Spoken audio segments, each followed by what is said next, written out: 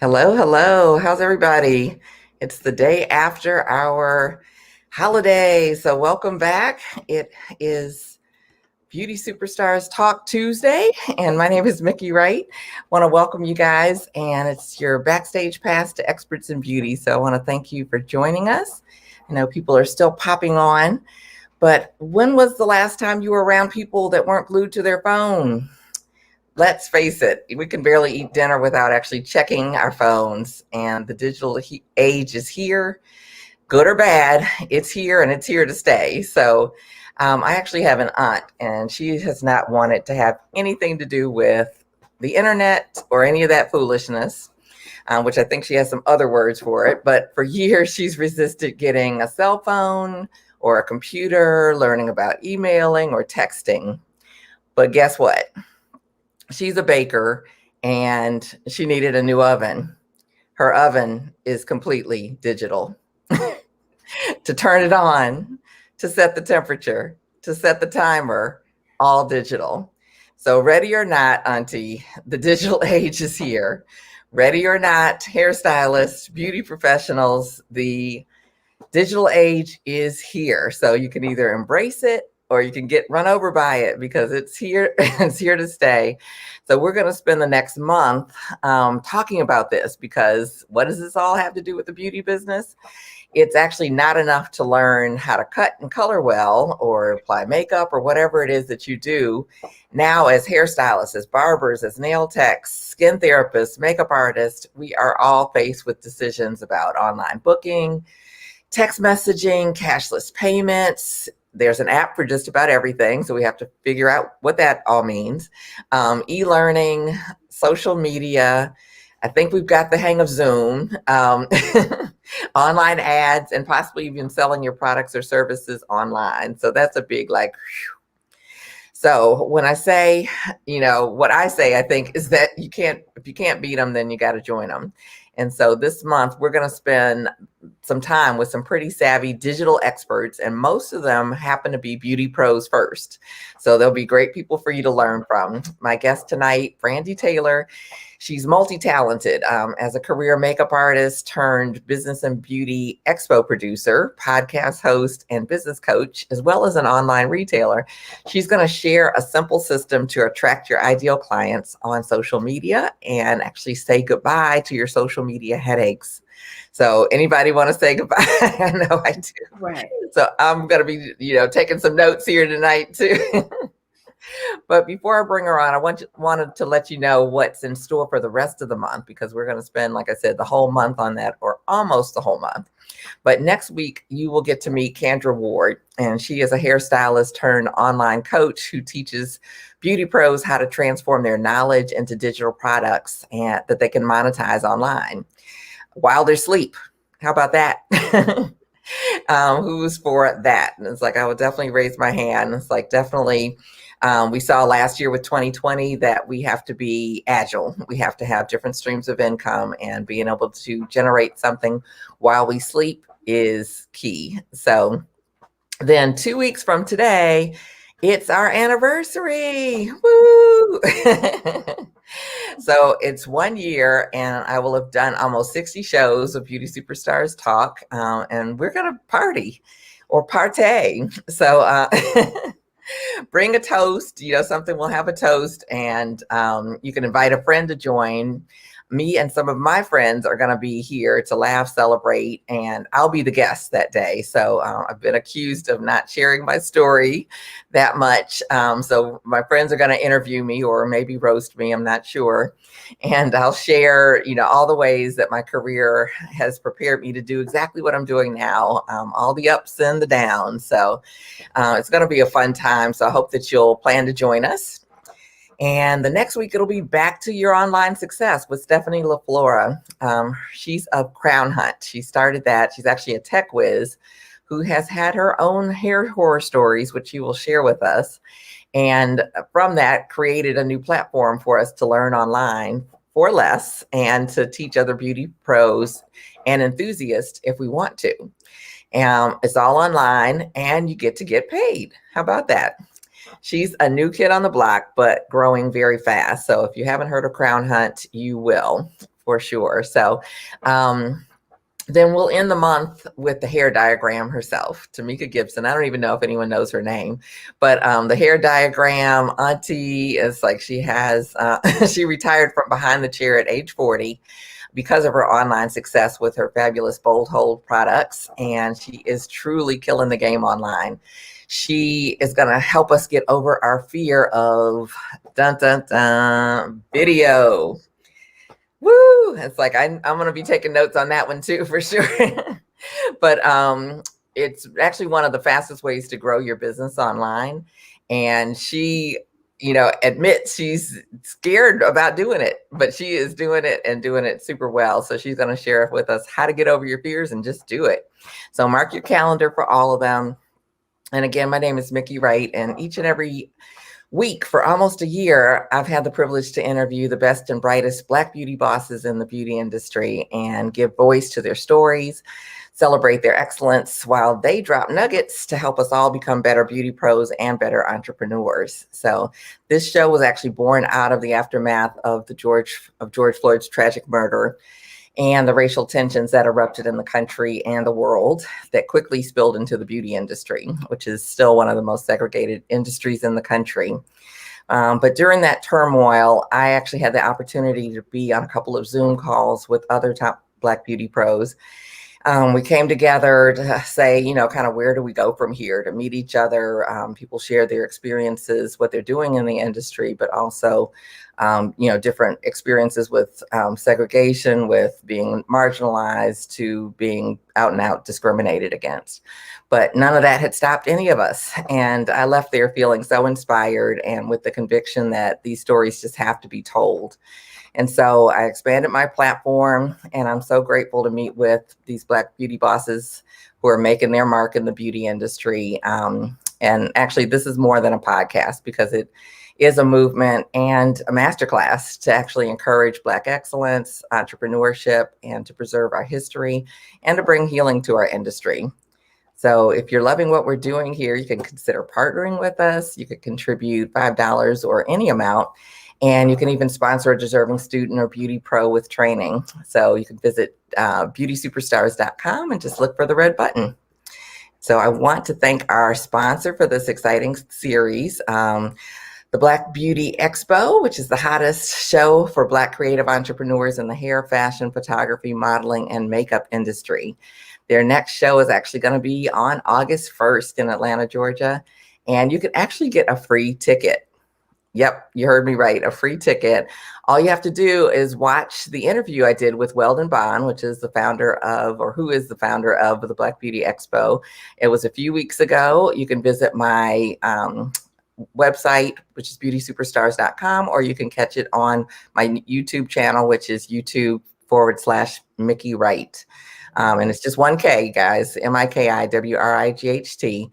And watch his interview, and you'll get a special code in there, and you'll get your ticket for free. So I don't think it gets better than that. But be sure to follow them at blackbeautyexpo.com or on Instagram at blackbeautyexpo to keep up with the latest news on the show and for special vendor packages as well. In addition, I'm always excited to announce that I'm actually the Global Education Director for the Black Beauty Expo. So if you are interested in educating, please reach out to me. And if you've missed any of the other episodes, be sure to follow the Beauty Superstars Talk podcast and subscribe to my YouTube channel, which again is Miki Wright, and check out the episodes that you may have missed. So,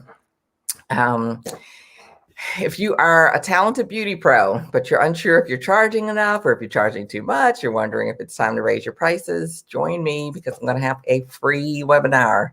It's called Level Up, and it's pricing strategies for dope hairstylist.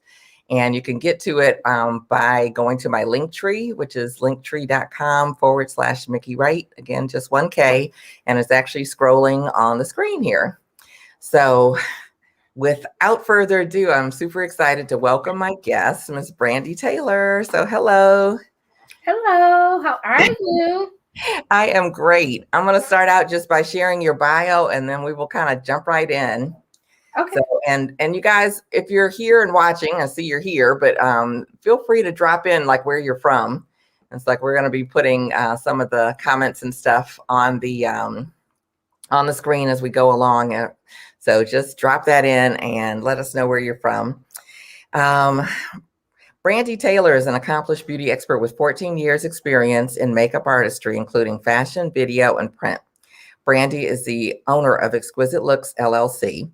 Brandy's diverse background and experience create an exceptional style accredited only to her and her creativity. Her innate ability to bring out the best in others is unmatched. Because of this, Brandy is now a highly sought-after speaker and coach. Her workshops are a must for those who are serious about a career in the beauty industry. In 2017, she founded the Detroit Business and Beauty Expo. The annual event was created to empower, connect, and impact the beauty industry by providing exposure, networking, and premier education for beauty professionals and entrepreneurs. Through the success of the expo, the Business Beauty Podcast was formed in 2019 to expand the scope of the event from the borders of Michigan to a national stage by interviewing fellow experts from across the world. So thank you so much. It's like you have such an incredible story. And first of all, we're both from Detroit area and from Michigan. So woo, Michigan in the house. And I just want to start out by saying thank you for having me as a guest on your podcast on the Beauty Business Network. And it was just such an honor. And like I mentioned, people don't or have accused me of not sharing much of my story. And you gave me the opportunity to do some of that. So I really appreciate it. And it was a lot of fun. So welcome. Thank you for having me. And thank you for being on my show as well. I appreciate you for that. Yeah. Well, let's kind of jump right in. It's like I always like to know, like, how'd you even get into beauty? I never thought I would be into beauty at all. I kind of fell into beauty. So it's an interesting story. I was in my 20s and I had not, worn makeup much, just very little. Eyeliner, mascara was it for me. And I was introduced to makeup through Mary Kay. Okay. And yep. And so I sold Mary Kay, and that's really how I got my introduction to makeup and fell in love with cosmetics selling Mary Kay back then.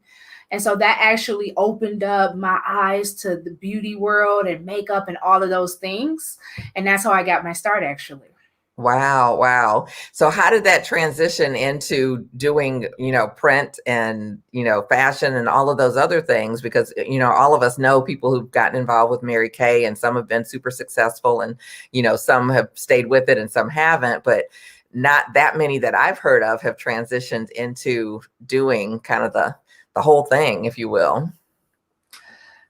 I think what it was is I didn't really know exactly what I wanted to do. Uh-huh. I did not know what I had a passion for. I was just really searching. So I was really trying to figure out what the thing was for me. And I had not discovered it yet. When I got into Mary Kay, I fell in love with makeup, but not so much MLM and the pressure and all of that. And so I was trying to build my team. I was trying to do all those things you do when you're in that, but that didn't really pan out for me. But I still had this longing for makeup and beauty, and for some reason people would see me and they would say, "Oh, your makeup looks good," or "Can you give me some advice?" And so people would automatically come to me for advice about beauty and things of that nature. And so when I discovered the love that I have for beauty, I started doing research. And at that time, there wasn't a lot of information out there. There wasn't a lot of information on how to become a makeup artist and things of that nature.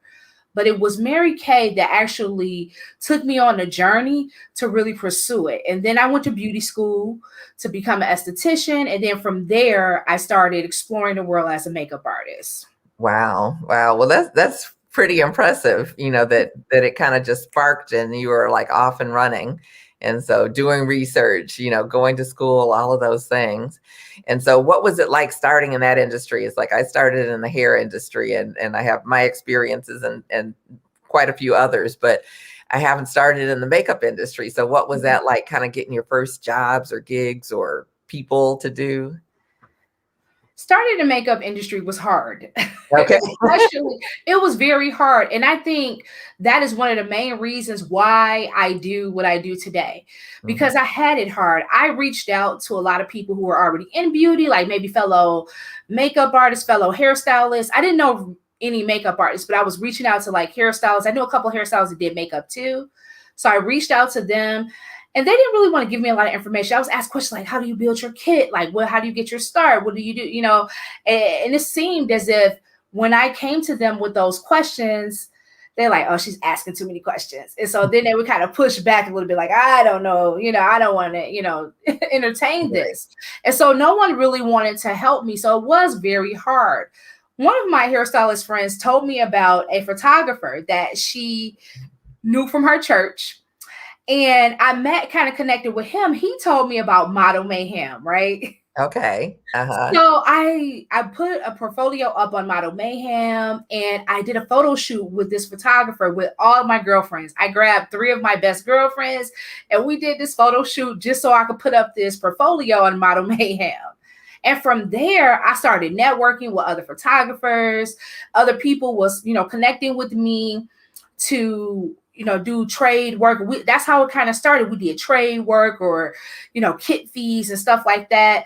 And that's how I kind of got into that world. And at that particular time in Detroit, it was a lot of creatives, Mhm. which were makeup artists, models, and photographers that wanted to build their portfolio. So it was a great time because we all came together and just did that. We built portfolios and networked together, and we learned a lot. So it was a small circle of people in this industry, but that's really how I got my start. I honestly wasn't trained. I didn't learn much makeup in beauty school. We touched on makeup for a week. It was like something we covered for 1 week. We took a little test. It was done. We talk about makeup no more. We talk about makeup no more. So that was the only training I had. But other than that, I didn't have any training. So I was self-taught. And that's how I did it. I built my kit on my own. I made a lot of mistakes. I did a lot of research, and I just put myself out there. And for the first like year and a half, I didn't make anything. I Mhm. just really wanted to get in this industry, and I wanted it that bad that I just worked really hard. Yeah, yeah. I think that's always the key, especially when you're getting started, trying to get that plane off the ground. But backtrack for a minute and tell us, like, what is, I think you said trade work and kit fees or something like that. What are those? Right. So back then, I don't know if they still do. I know they still do trade work a little bit, right? Hmm. But it's not like it was back then. But back then, trade for print would be, you would do a photo shoot with a team of people, like maybe a model, and sometimes there's a hairstylist included as well. Then I'm the makeup artist, the photographer. We all come together, and we all know the goal is to get awesome pictures for our portfolio so that we can put our work out there. So that's what we really need. We really need to build our books. So back Okay. then, I was actually building a physical book. I used to have, I still have it, it's old now, an actual print book of all of my work. So that's what you did. So I was building my print book. And so we were trading services. So I'm doing the makeup, Hmm. and she's doing the hair, he's doing the photography. We're all coming together so that we can get our prints. And so that's what was the trade thing. So that's the whole TFP.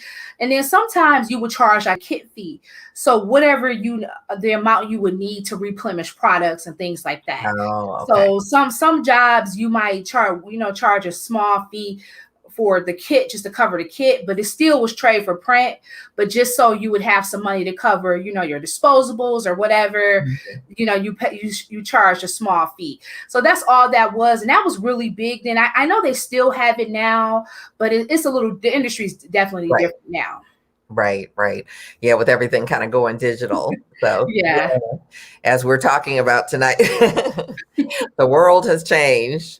But walk us into your show, because that sounds like is so exciting as well as enlightening for people. How did you decide, oh, I'm going to have a show? Far as the expo Yeah, or, with the Detroit Beauty and Business oh, of okay. Beauty Expo. Okay. Yep. So the expo is more recent. So I'm gonna take you down. So as a makeup artist, I started off back then. That was like 2006 when I was, getting my start in the Mhm. industry. And then so like I said, it took me about a year and a half to really start getting jobs, but they still were like here and there, here and there, here and there. And so I still worked a job. I was in corporate for a while. But I would do weddings on the weekends, photo shoots on the weekends, things like that. So I was a working makeup artist, but I always had like something else on the side. I would say in 2015, I decided I was going to leave corporate America and start teaching makeup because I had a request for that. A lot of makeup artists was coming to me wanting to learn how to get into this industry. Mm-hmm. And a lot of people were coming to me wanting to learn makeup, just like one-to-one sessions. So everyday women and makeup artists. So I started doing this at night. I had a studio, and at night, after I got off at my 9 to 5, I would go to the studio and teach makeup and do makeup artistry classes and things of that nature. Mm-hmm. And so that's kind of like where my teaching really began.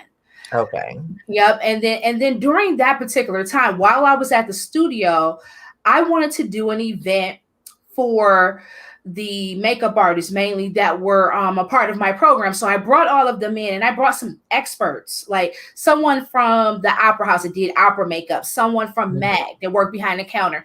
So someone from customer service to kind of teach you different things on customer service. So we tried it on a small scale at my studio, and it was phenomenal. The event it was so everybody was like, oh my God, that was so much great information. I learned so much. It was things I didn't think about.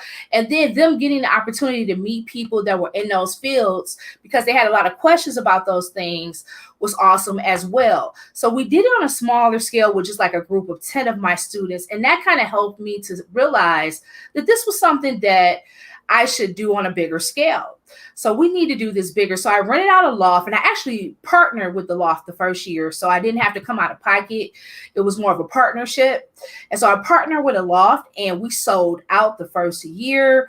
We had a phenomenal event. We talked about, social media. We talked about branding and marketing, sales, customer service, and all of those things, how to properly set your rates and all of those things. So that's what we talked about the first year. And that's where it all began. And each year in October, we just kept doing these events, at different venues and getting bigger and bigger. And that's what started the Detroit Business and Beauty Expo. Last year, I did my first event digitally, virtually, right? So having to do that virtually actually opened the door for me to just change it all to the Business Beauty Network so there wasn't any confusion. Because at this point, I'm no longer just Detroit. I really was trying to expand it because the goal January 2020 was to start taking the show on the road. So I had a couple of events already scheduled, just doing pop-ups to do like pop-up, Business Beauty Network events to kind of talk with the experts in that particular area. And so I had a few cities I was going to be visiting, and we wanted to travel with it, but instead we had to travel with it virtually. Right. But I changed it over. So now the event is the Business Beauty Network, and it all goes together. And that's how it kind of came about with the event. Nice. And with the with doing it virtually, what was that like? Because so many people had to make that pivot last year with, I've got this show, I'm used to doing it in person, I know how to work with the venue and get, all the vendors and that type of thing set up. What was it like making that pivot to doing it all virtually? Honestly, it was harder than it was harder to do it virtually than to do it live for me. Right. I didn't think it would be. I thought virtual would be easier. But it was just a lot of moving pieces to promote it. There was a lot of things that I didn't expect to happen. Like you got your tech issues, you got all these different things. I did it for 3 days. I would never do that again virtually. Like maybe I could do it a 3-day live, but virtual, no. Okay.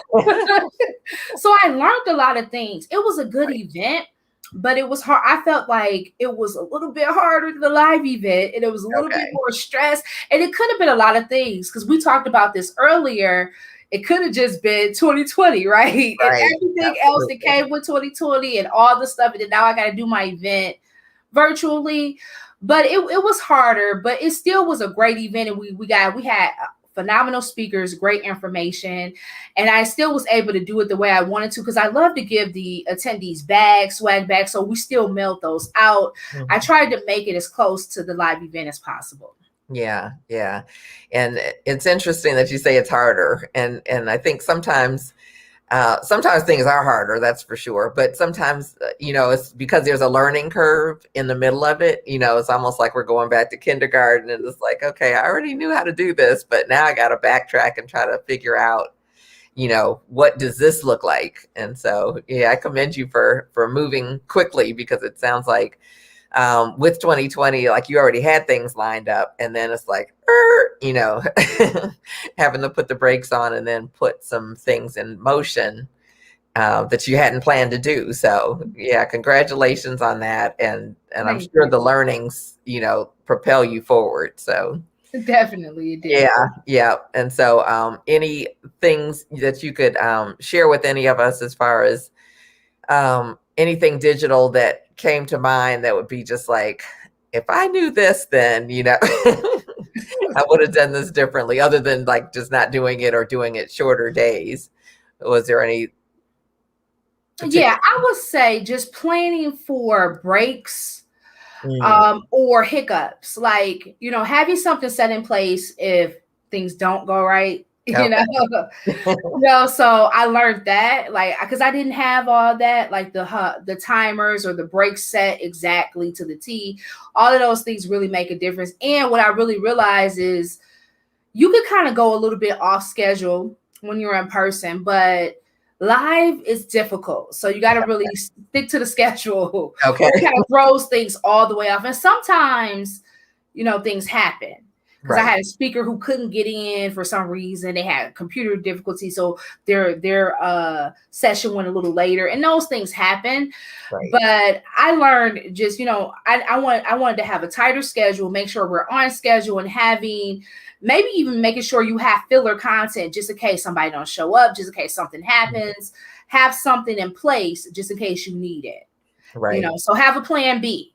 Yeah. So if somebody can't speak, have like a backup person that can pop in, or a backup video you can show, or something like that. That would definitely be like some advice I would give for sure. Okay. Okay. Yeah, I think that's super useful.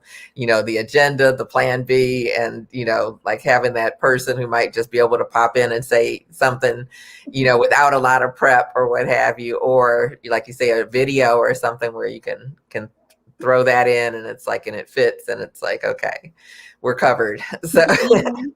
I'm feeling like I'm on the edge of my seat listening. It's like, whew, okay. Right, right. That's how it was, Yeah. really. I understand. And then, from your show, from your expo, you pivoted into becoming a podcaster. So, what was that like, and what was that decision like? Yes. So the podcast, I thought it would be a great chance to continue the conversation with people all over the world, right? So one thing about the event was having it locally, it was limited to here, to where we are.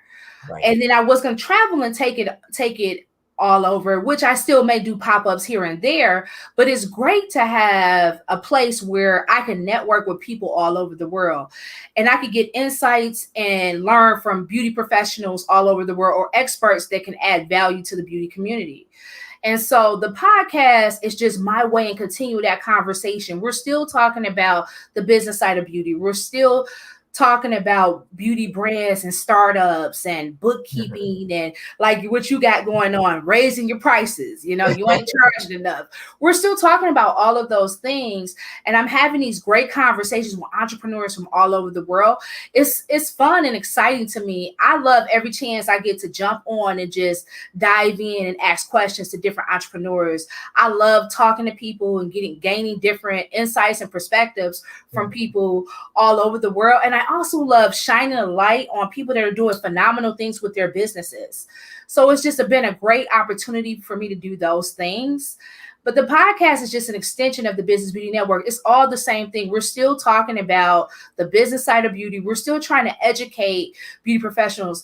What I found is there were many expos and there were many speakers and teachers that would come to my city, and they would teach you how to curl hair a certain way, whatever the latest technique is. They would teach you how to cut hair, whatever that latest technique, how to do makeup, whatever that was. But no one was teaching you how to run a beauty business. the proper way, how to scale it, how to grow it, how not to, burn yourself out and things of that nature. No one was talking about customer service or the importance of it.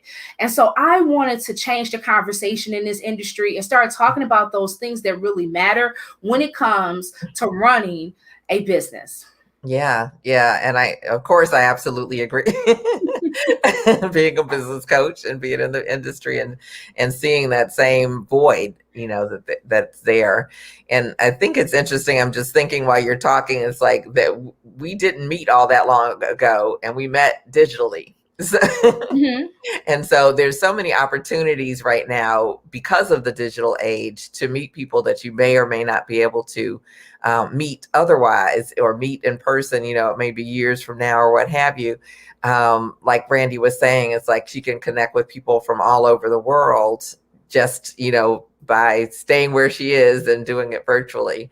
So I think there's so many opportunities for us, and I don't remember which one of us maybe liked something, and I think I DM'd you and you DM back, and we just started, and it's just like we've got, I could tell from her page we have so much in common. So but yeah, I think it's beautiful what you're doing, and the community that you're building and serving is phenomenal, because you said it's, not just makeup artists, but you're attracting a lot of hairstylists and other beauty professionals from, like you say, all across the world.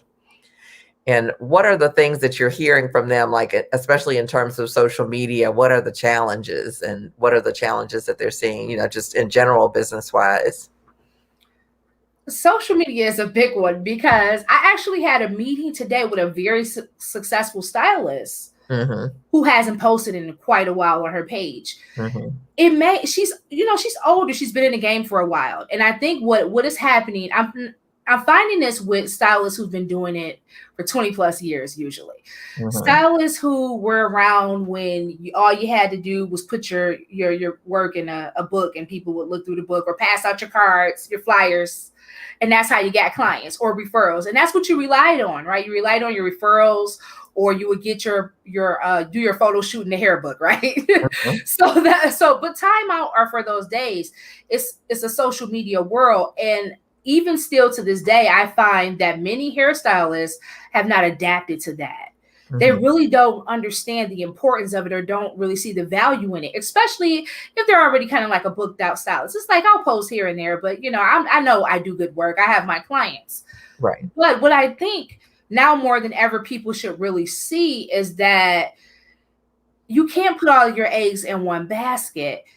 And this is a very digital and social world, right? So you can still give out a card, you can still be in a hair book or whatever you want to do.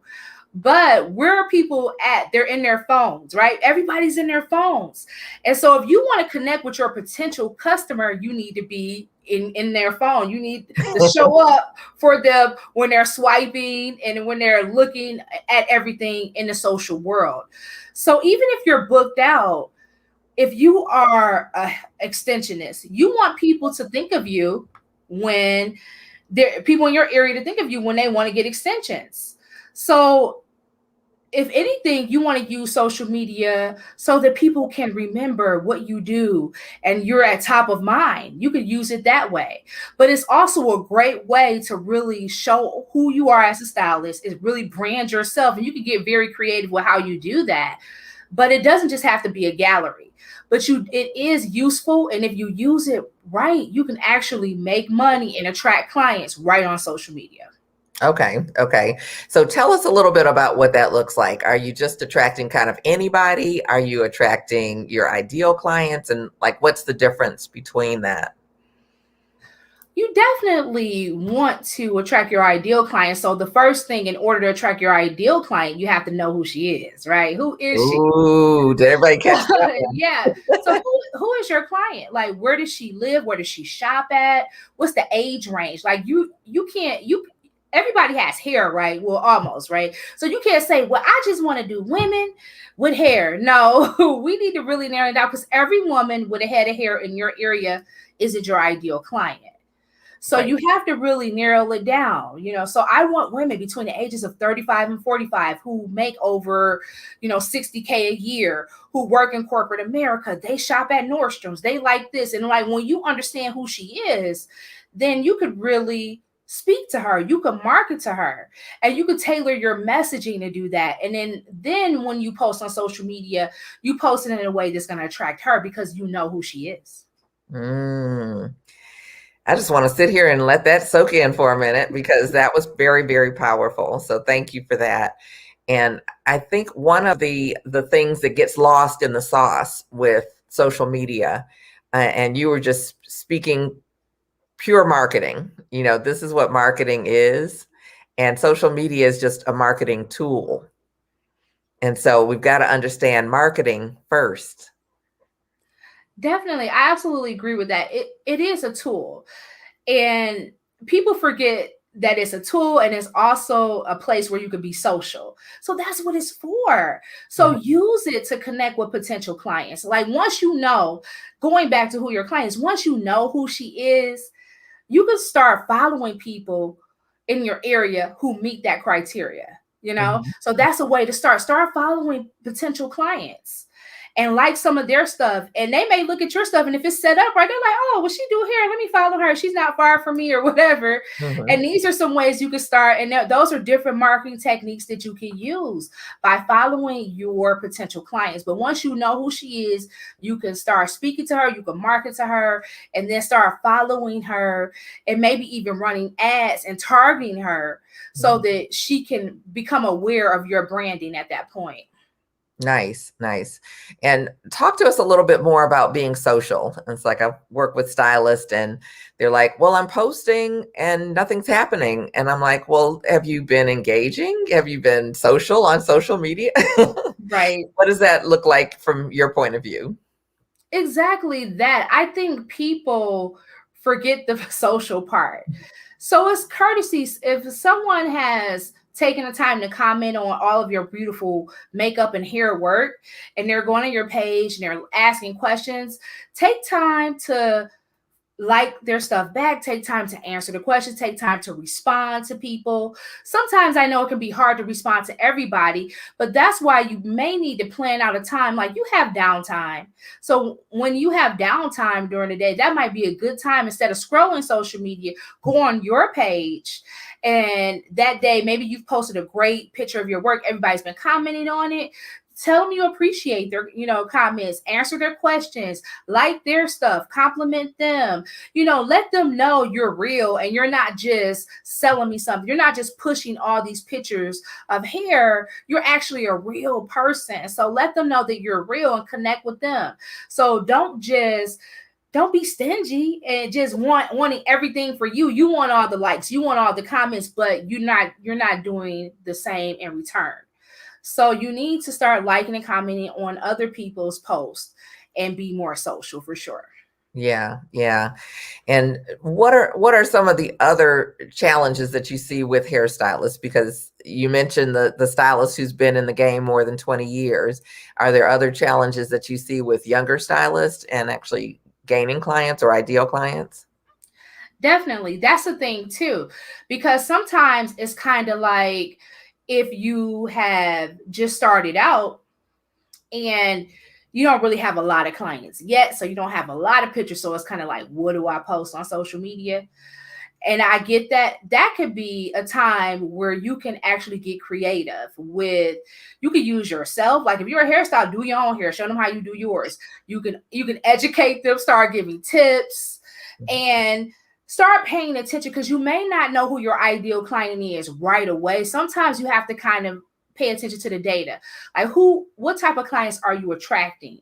So sometimes you got to kind of see, well, mostly, like every now and then I may do a teenage girl, but mostly I do women between the ages of 30 and 40. And most of the time they come to get like silk press.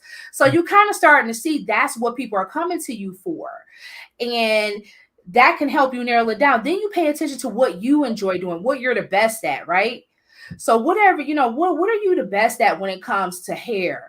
Or when so we can do hair, because with cosmetologists, they're licensed to do pretty much all of the beauty stuff, right?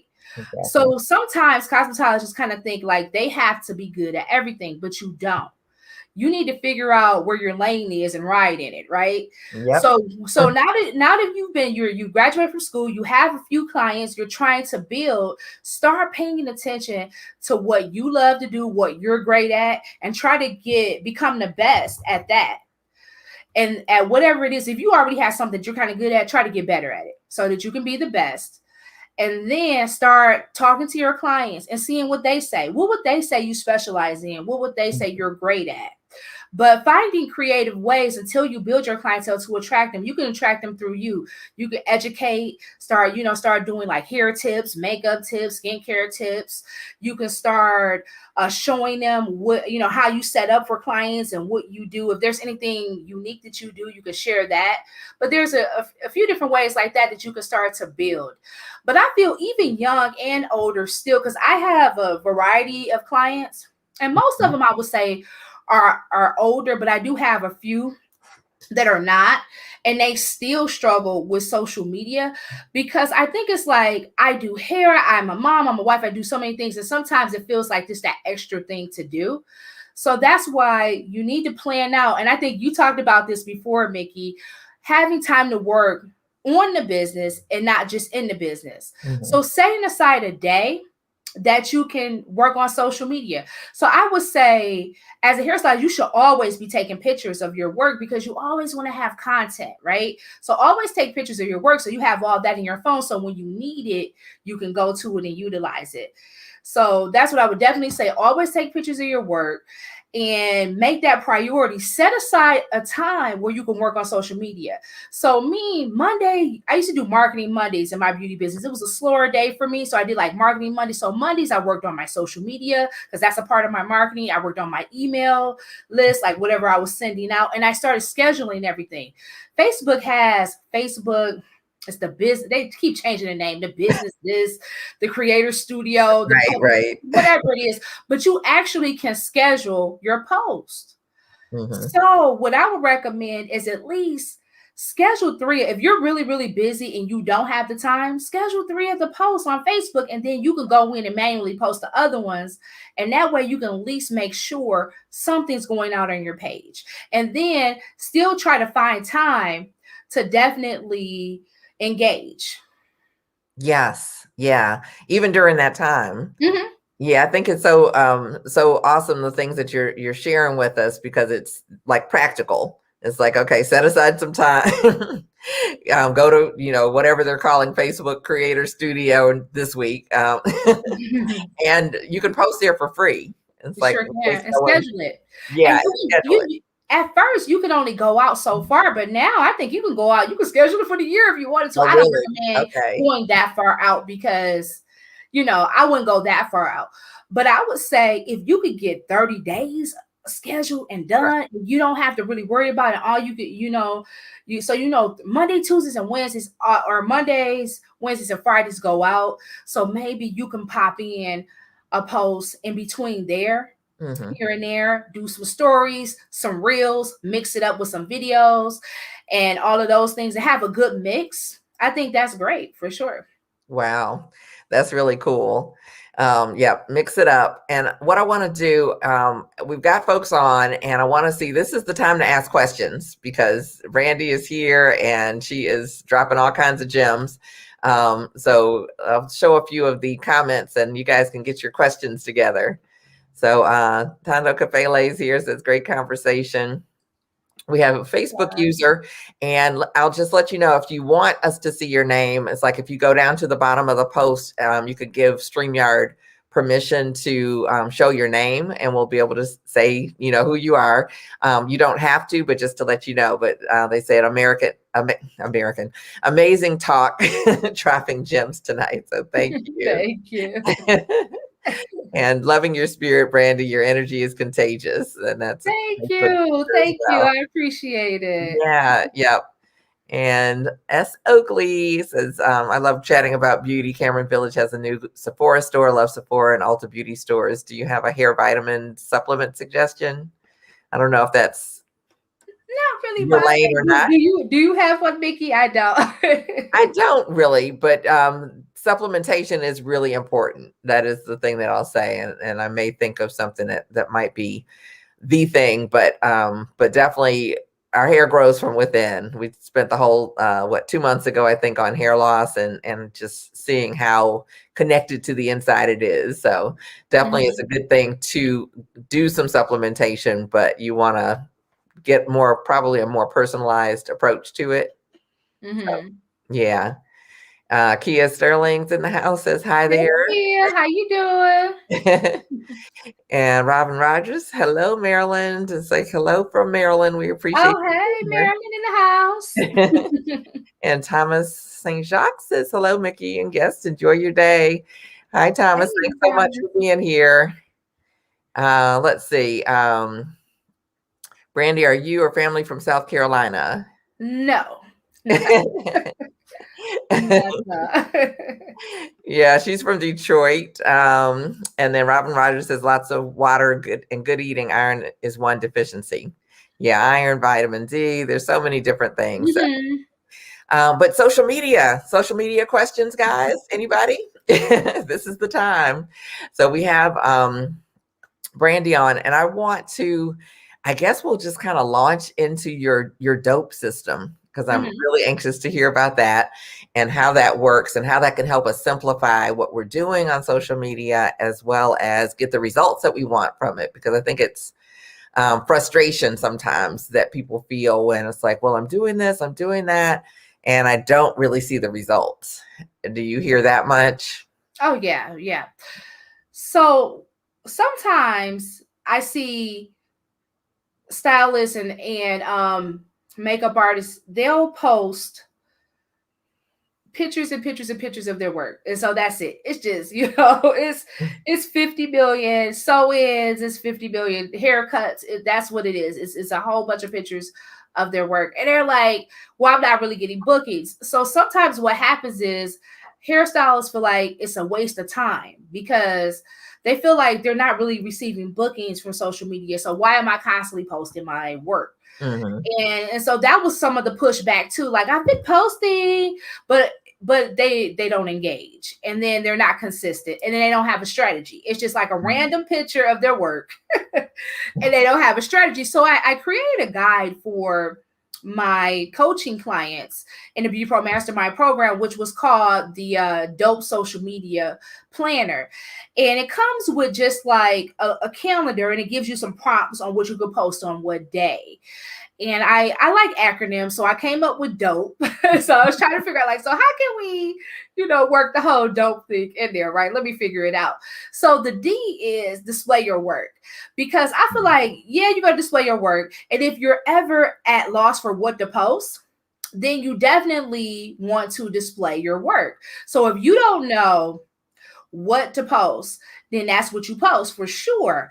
But your page can look boring if all you have is a whole bunch of work. They don't know who you are.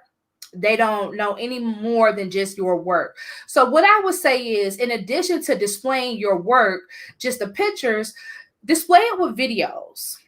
And also do action shots. So don't just show a picture of the haircut, show you actually doing the haircut.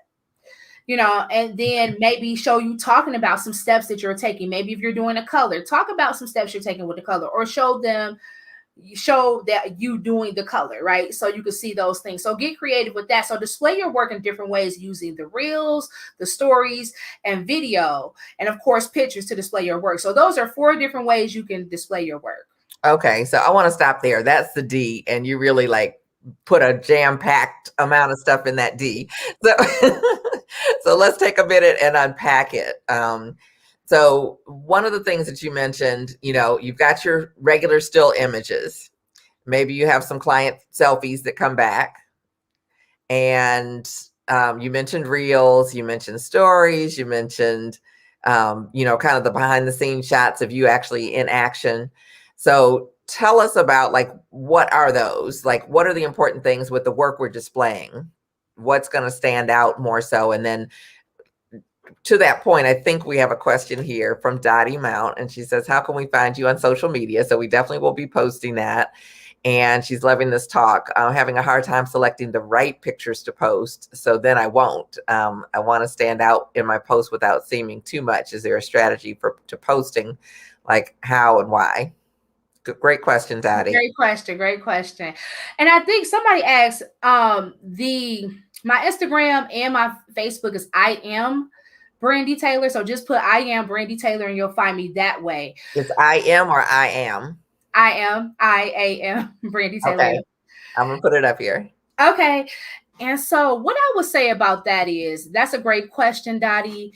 You're overthinking it. Let me tell you. I talk to beauty professionals all the time, and they have a million pictures in their phone, but they think it's not good enough. So they're overthinking it, and they're like, well, it doesn't quite look like this, it doesn't look like that, and so it's not perfect. Oh, I see a little bitty hair out of place, I don't want to post that one. And then it comes to the point where you're never posting anything because you're just overthinking it. I would say just post your work. Whatever you do, take a lot of pictures of it, because get it at a lot of different angles. So, and make sure you have a good ring light. You can get a good ring light on Amazon, but get a lot of different angles. Move your phone around, play with it. Don't just take 1 or 2 pictures. Take at least 10 of each client and do them quick. Don't take too much of the client's time. Just take 10 quick shots. When you're in the back of her head, when you're doing your finished touches, go to the side, turn her around, snap, snap, snap, right? And you're done. And then you can tell her to have a nice day and check her out. But take those pictures every time. And then the best ones of the 10, you just post it. You could post a couple of them. Do like maybe a swipe right. Sometimes people like to look at different angles. So maybe you show the side, maybe you show the back, then you show the front, so people could get the full view of the website, a full view of the style, right? So that's what I would say. Take a variety of pictures, and if you're unsure, post more than one. It's okay. That's why they have the little swipe thing. But don't not post because you're overthinking it. I've had stylists that would not post because they didn't know how to caption it right. And some people get weird with that. Some people don't know how to caption it. If you don't know how to caption, just say what it is. Today, Lisa has a full sew-in with a half of this, or, just say what it is until you can start thinking of jazzy ways to talk about it. But that's what I would do, even if you just state what it is. And if that's the case, if you're only just stating what it is, this is a client where I did a protective style on or whatever, and we did this, and this, and then you can show the different pictures, of that. And that would be a great post. But don't overthink it. Take multiple pictures and post more than just one. And as you improve, the pictures will improve, things will improve, but clearly you're doing your work good enough that somebody's paying you for it. So it's not as bad as you think. You're overthinking it. Girl, post it. That's a good way to think of it. Somebody paid you to do it. So. Right. Yes. And so talk to us about Reels. So tell me, what is it and why would we want to use it?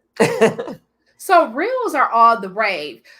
Instagram is really, really competing with TikTok right now. And I don't know if you guys remember, like at one point they were saying TikTok was going away. I don't know what happened with that, but it ended up staying. But when Instagram thought the TikTok was going away, that's when they came up with the Reels, because they're like, oh, we could take place of it. Everybody's on TikTok. We can move them over to Instagram. Their whole goal was to get you to stay on Instagram. But what I like about the Reels is it's something quick you can do. So you're in a salon every day doing your clients. You can, if you have an iPhone, you could do the time lapse, and you could like do a time lapse reel of 30 seconds of you doing the whole style. It look like you did from start to finish in 30 seconds. You could play around with it or just get creative. You could share tips on the reels. Like you just want to share a quick tip that you could do in 30 seconds. You could do that. You could show your personality on the reels. But what they're doing with Reels is many videos, many snippets that you can show, and you can do it however you like. You can show off your work. You can have fun with it. And there's different types of content that you can create, but it's small snippets of content. What I like about it is it's quick content. So it's stuff that you could do on the go. So you as a stylist, you could do it when you get to the salon. Like, what is your day like when you get there? You could create a quick reel and do a time lapse of those things. And use some video editing software and edit some things together. But a reel is just a small, quick video snippet that's anywhere from 15 to 60 seconds. But I think they took it back down to 30. They keep making changes. You know how they do. But it's somewhere in between 15 and 30. They did have it at 60, but last time I tried, I think they cut it back to 30 again. But you can actually do 15 to 30-second snippets and get creative, and they're pushing that more. So you'll find that more people will see your reels because they're trying to draw more people to the reels. So if you want more people to get eyes on your work, then if you just did a sweet haircut, put it in the reels. You know, put some music to it, put a little video on there, and, you know, there you go. Nice. Okay. Yeah. The reels are really the thing that they're pushing. So you're absolutely, you know, telling them great stuff because that's where you want to spend at least some of your time. So how many reels should we do, like say in a week? Some people do them every day. They do. But I would say at least try a mix of content. Okay. But I would say try a mix of content, but try maybe starting off doing one reel a week. If you're new at it and you're just trying to get into social media, you don't want to overwhelm yourself, but make sure you're consistently posting, but maybe throw one reel in there. And then maybe once you get used to doing reels, you start understanding, you can make it 2, make it 3. I would say get used to doing reels at first. So start off with one, just commit to one a week, and then you can grow it from there. Okay. Okay. And then what about stories? What are stories and why should we want to use stories? I like to use the stories to get a little bit more personal because especially if you're a business, so you're a beauty professional, you offer beauty services. So sometimes you don't want to put all your personal business just on the feed for that page. I would do that on a personal page. But for my business page and the reels, if you want kind of people buy from who they know, like, and trust, they still kind of want to know the stylist. So don't completely not show yourself. So that's a great way to kind of show them a day in the life. You know, what your day is like before you get started to work, before you get to work, when you get to work, or, you know, different situations, things that make you laugh. You know, you can be more creative in the stories. You can tell a story. Like, say if you're trying to tell like the story of your day, you can take a mini snippet, mini video and share that in the stories and tell a story of your day. But use it to do just that. Use it to tell your unique story and get creative with that, or to share any type of information. But you should definitely use it. That's a great place for them to kind of connect with you. So maybe if you show a lot of your work on your page, for the story, you can show them more of you. You can show them the kids. You can show them you going out with the hubby, you know, just quick little things so they kind of feel like they know you too. Okay. Okay. So that makes sense. And they're short as well. And it goes away in 24 hours. Yeah. Okay. Great tip there. And so I think that was everything. Okay, you had your swipe right thing. And was there any other thing in terms of the post, the behind the scenes? Is that just setting like the time lapse video? That's a good thing, or getting someone else to take shots of you, or how do you suggest that? That can be a thing too. I had one of my stylists, her assistant would take time and just get pictures of her in action. Okay. So that she could put those out. So she loved to put like shots of her working, snippet videos of her working. And so she has an assistant that takes those little videos because, you know, it's hard to get those when you're working, but it's great to have those shots. And so she has her take those and they post them in the stories. They'll post like her doing a silk press in the stories. And sometimes she just posts them on the feed. But it's a great mix of content as well. Okay. Okay. Yeah, that sounds great. So that's the D in D.O.P.E, which is display, correct? Yep, okay. So tell us, what is the O? That's offer. So you can offer a lot of things. You can offer some advice. You're an expert in something, right? You have some advice to give. You're a beauty expert. So whether you do hair, nails, makeup, lashes, whatever it is that you do, you're an expert in that area. So offer some advice, some tips. Also tutorials. You can do like quick little tutorials, like aftercare tutorials. I've seen people that do braids, you know, show people how to oil their scalps and, you know, how to take care of the braids, just different things like that. Or with lashes, I've seen people show aftercare for the lashes on, you know, how to care for your lashes after you get them. So different things like that you can offer. So that's your opportunity. Whatever you're selling, like if you sell products, that's a great post right there. So that's your offer. So you can offer anything. You can offer a product, you can offer advice, a tip, a tutorial, but you're offering something there. And that's what the O is. Okay. Okay. Yeah, I love that. And with offering the tips and the tutorials and that type of thing, one of the things that I found is that a lot of clients ask you kind of the same things during the week. And sometimes if we can just take note of, okay, who asked me what this week, that you have some instant content for what people really want to know in terms of, or instead of sitting there like, what am I going to post? Right. So, I absolutely agree with that. If there's something that people are constantly asking you about, they're always asking, and that's a trending topic that comes up, a question that keeps coming up, that's a great thing that you can actually talk about. That's something that you can actually give advice on, or say, I get a lot of clients asking me about how to care for their hair after this, or how to care for their hair in between color. These are some great things that you can do to maintain your hair in between this, and you can just kind of show them some tips. But educate people. People like when you add value. So just finding a way to add value to them by offering some type of advice, tips, or tutorials, giving them something, just adding value to them for sure. awesome. Awesome. So we've got display and we've got offer. What do we got for the P? Promote. Promote. Ooh, Yep, promote. okay. Yep. And so like, what can you promote? What specials do you have going on right now? What are you pushing right now? That's what you promote. Like, say for instance, if you have a sew-in special or something, right? As a stylist. And so you got a sew-in special. And then maybe if the sew-in special was this week, I would post all different types of content about sew-ins. It wouldn't just be pictures of sew-ins, it would be videos. One of the, like, to display, I would display it, my baddest sew-in. And then maybe I'll also do a video of that, or a reel of that as well, right? And then I'll actually, to offer, I'll maybe give some tips on how to take care of the sew-in, right? And then on my promotion day that week, I'm promoting. We're off. We got a sew-in special this week. It's 20% off the sew-in. And then maybe I put together something in Canva where it's telling you that it's 20% off sew-ins this week only, or to this date. And so that's what I'm doing. I'm promoting, but I'm still showing my work and everything, but I'm promoting whatever special I got. Or say if you sell products, you can promote that too. Like, promote what product systems that you sell, but that's a great time to promote. Okay. Okay. So the difference between the offer is that you're kind of offering something, and the promotion is something that you're more selling. Is that okay? Okay. I like that. So we've got the D, the O, and the P. So we've got an E left. Entertain. Ooh. Yeah, entertain them.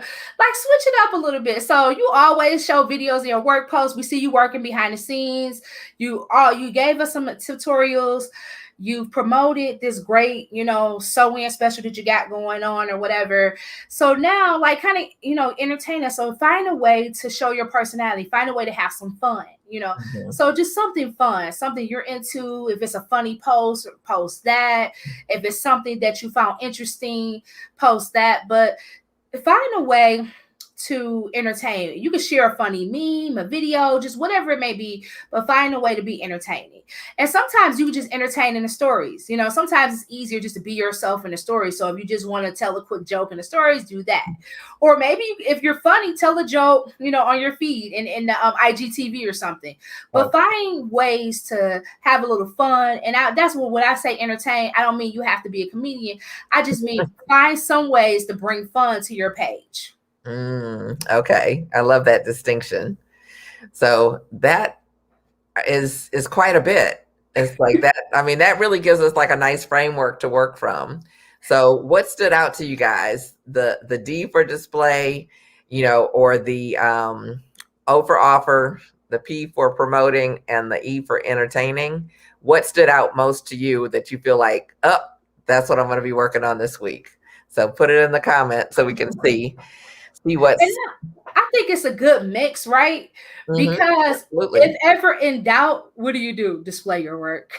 Yeah. That's what you do. Because the way I have the calendar set up, and if you want it, you can just email me at hello@businessbeautynetwork.com, and I'll send it to you. Just put dope social media and I'll send you the whole planner thing. But the way it's set up is it gives you the whole week, right? What are you going to post for the week? And then when you're in doubt, right? Because you could rotate. What I say about dope, that's 4 things that you could do, but you could do these 4 things throughout the week and just mix them up, right? But if you don't know and if you're in doubt, then you always should be displaying high quality pictures of your work. Okay. You know, And but you have to have a good mix there. Yeah, the high quality pictures. So awesome. And Robin says all of it, great content. Okay, and Dottie's adding more to and share with us the email, please, because I will post some of these as we're okay. Yep. It's just the hello at businessbeautynetwork.com. So hello at businessbeautynetwork.com, and I'll send that over to you.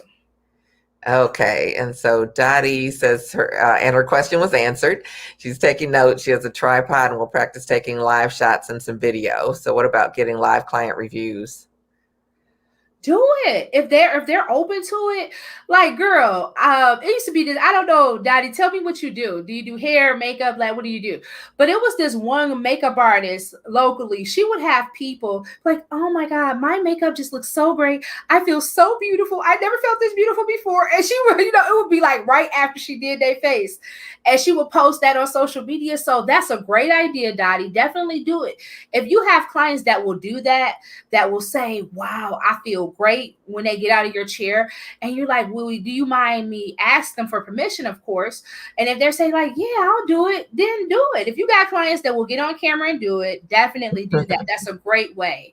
Because if I know if I see people who love it and they're talking about how great their hair feels, and I know that would, encourage me.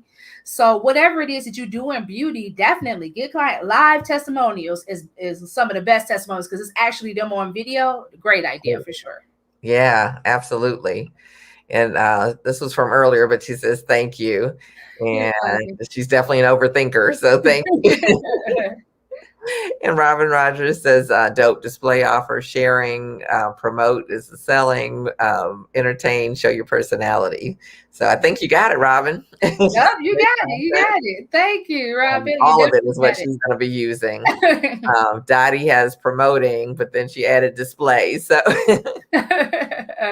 so it's all resonating. We've got the email. She's a hairstylist specifically for weddings and extensions. Okay, great. Yeah, definitely. Especially with the weddings, girl, you can have your bride, when she, especially if all of her bridesmaids like, oh my God, you look so beautiful. And while she's in that moment, you like, right.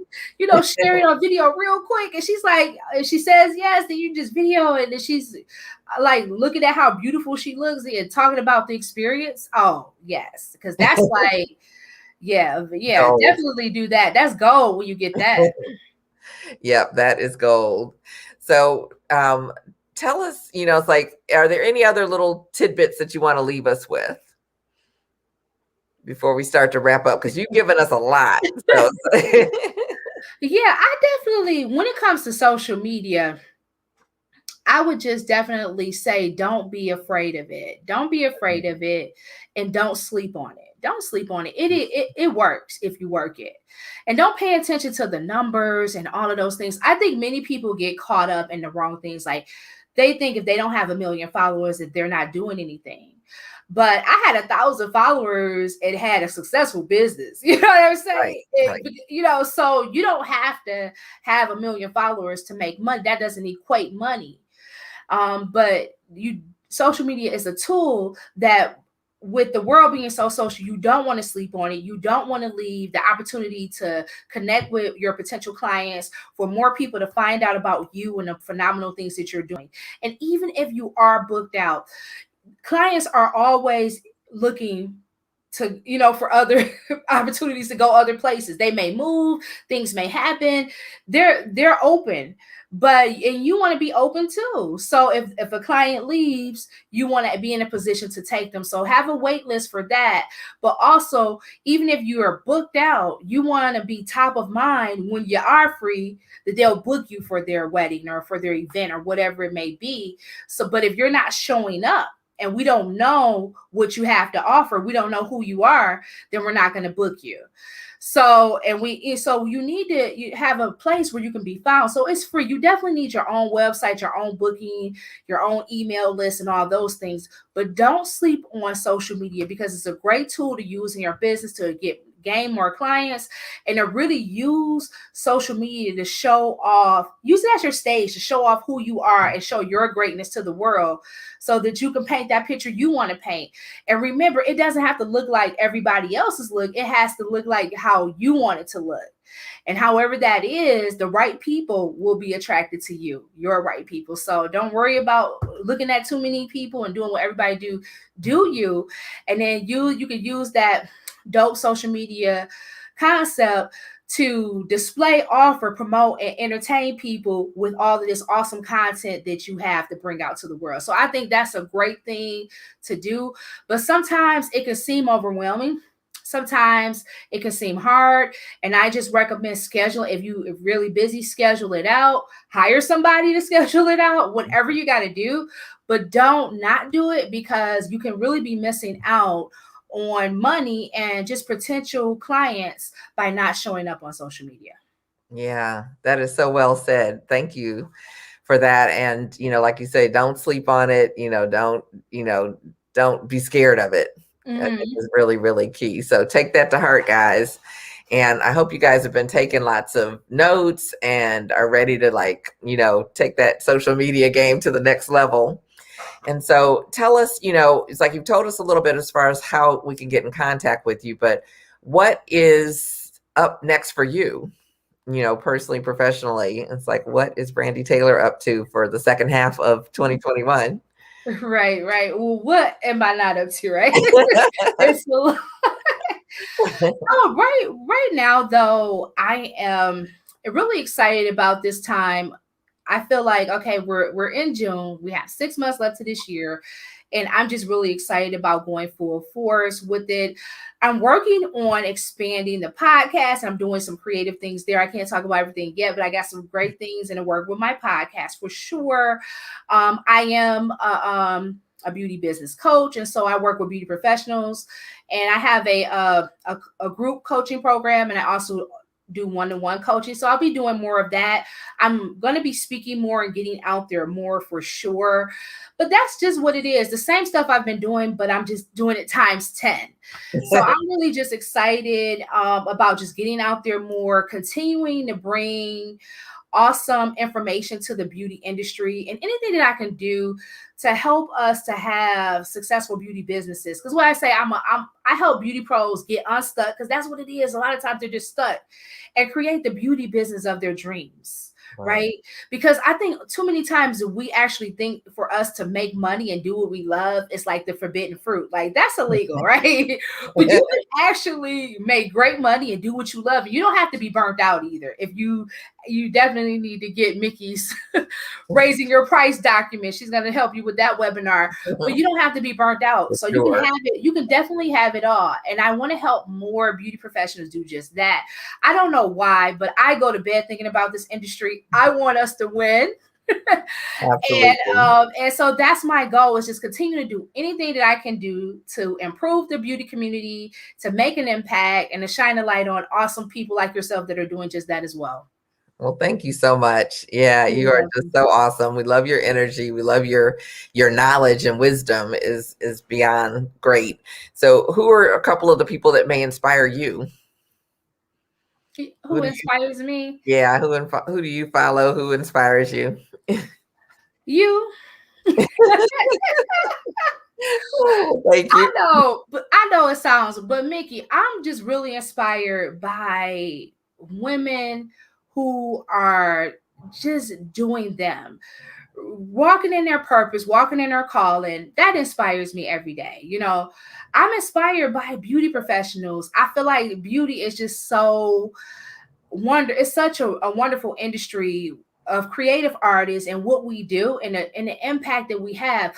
Because if you think about it, beauty services is not a necessity, but it is. And I'm going to tell you why. It's not a necessity like when you say, lights, gas, food, water. Yeah, it's not Right. that type of necessity. But in reality, beauty is really making a difference in people's life every day. Sometimes just putting on that lipstick or getting your hair together can make you feel like you can conquer the world. And so us doing that for people, we're making a difference. And the community is very, very important. And I feel like the beauty community is some of the most talented people, some of the most talented people out there. And so it's just a very, very important community to me. And anything that I can do to add value to the community, anything that I can do to help us to have more successful businesses and to bring that business piece in, that's definitely what I'm, setting out to do for sure.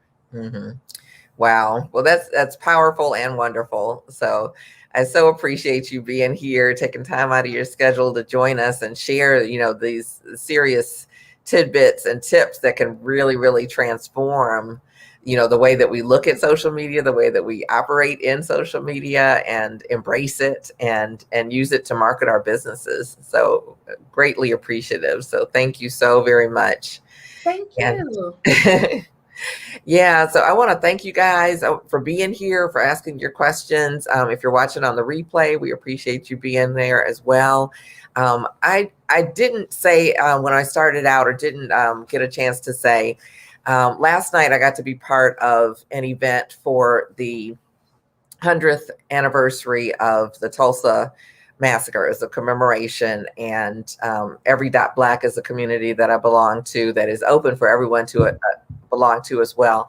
But Every Dot Black is a community and they do a weekly mastermind that you can attend for free. You can join them as a member and have all kinds of benefits. But they are doing such an impressive job that they were invited to be part of the commemoration in Tulsa. So several of them traveled to, I think about 30 people or so traveled to Tulsa to be part of it. And each Monday this month, they are doing segments on different parts of the industry as far as wealth creation. And so I think it's the youth next week. But we had a segment last night, myself and Lafayette Jones, where we got to talk about the history of the beauty industry. And it was just such a powerful time. And, some of the other guests that were there, Willie Morrow's daughter was there on the call. And it was just so wonderful and beautiful. It's like, I encourage you guys to watch. I'll see if I can find where to watch the replay, or maybe get it so I can post it on my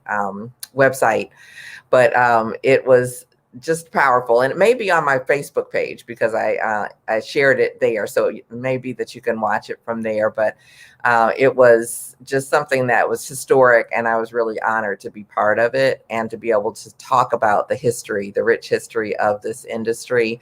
As you were just saying, how special this industry is and how many lives we get to touch on a daily and weekly basis. And for their entire lives, it's like someone mentioned in a post where it's like you might have a client that just had the baby and they're bringing the baby with them and they're, halfway nursing them in the chair. But, I added on, it's like, and later on, it's like we're doing that little baby's hair for prom and for their wedding. And, it's like we get to see and have these generational relationships and be a part of every special time frame in their lives. And so we have such a powerful industry. And I'm really grateful to be part of it, and was grateful to be part of history yesterday. So stay tuned for more things that we may be able to do to empower ourselves and create the wealth and economic equity that we should have, as beauty professionals and as Black Americans. So yeah, thank you guys for giving me that little bit of time. But I, of course, want to invite you back for next week, because this week was powerful. We're going to just continue this role for it's not just social media, it's all digital things. And this whole month is dedicated to your online success. And so we will be moving into Kendra Ward, and she is going to share how to take that knowledge that's in your head and in your hands and translate it into digital products that you can sell online, market, and be making money in your sleep. And she's walked lots of hairstylists and other beauty professionals through it, and she's going to share with us. So I'm really looking forward to that. So mark your calendar, 7 p.m. Next Tuesday evening. And then the following Tuesday is going to be our celebration for our 1-year anniversary. We're thinking about having an after party. So let me know if you'd like to come and join us for an after party where we can just kind of invite everybody and have everybody on and have a real celebration after we do the show. And I'll have my best friend will be hosting, and she was actually my salon director when I had my salon and day spa. And there's 2 young ladies that I call my salon daughters. They are going to be able to join me. One of them will be there for most of the time, and the other one is going to be working on a client, so she'll just kind of pop in when she can. And then my sister Nishan, who is a phenomenal hairstylist.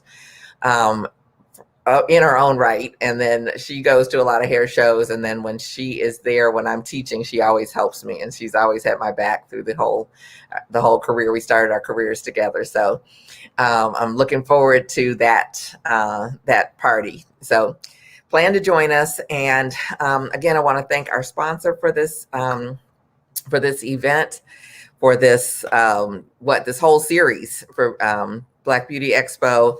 So we want to encourage you guys to think about attending the Black Beauty Expo. It is the hottest show for Black creative entrepreneurs in the hair, fashion, photography, modeling, and makeup industry. And so their next show will be August 1st. It's in Atlanta, Georgia, live show. And again, I'm super excited because I'm an educator, the global education director for them, and we are always open to talking with you about educating if you are interested in that as an opportunity. And if you're interested in expanding your visibility or partnering with Beauty Superstars Talk, to just feel free to give me a call. And I think we are good, except I do want to invite you one last time to join us for the free webinar for Level Up. It's pricing strategies for dope hairstylists, and we are planning to do that on the 14th of June. So there's not much time, and the seats are filling up quickly. So if you are interested in leveling up your business and seeing how to do that, one of my coaching clients was asking me, it's like, who do you even ask about how to charge? It's like, we don't have classes. We call around or we go down if we're in a suite. How much do you charge for such and such? Right. Or we ask on Facebook. It's like, it's not going to give you a good answer. So you've got to have a strategy as well as a price. And even when you're overbooked and busy, which is what's the case for a lot of people that I talk to, just raising your prices isn't a strategy. It's like, it may help, but it may not. And a lot of you guys need something that's a bigger, broader strategy to be able to move your business forward in a new direction. So it's like, I'm super looking forward to this webinar. So you guys take great care. Thank you again for being here. Thank you so much, Brandy. We definitely appreciate you, your energy, your expertise, and I can't wait. I want to hear how all of these dope ideas work out for people. So put it in the comments. If you're watching this on the replay, drop it in the comments, and we'll be here checking you out. So thanks so much. We are here to help you win, as Brandy said. So thanks again. See you guys next week. Bye, everybody.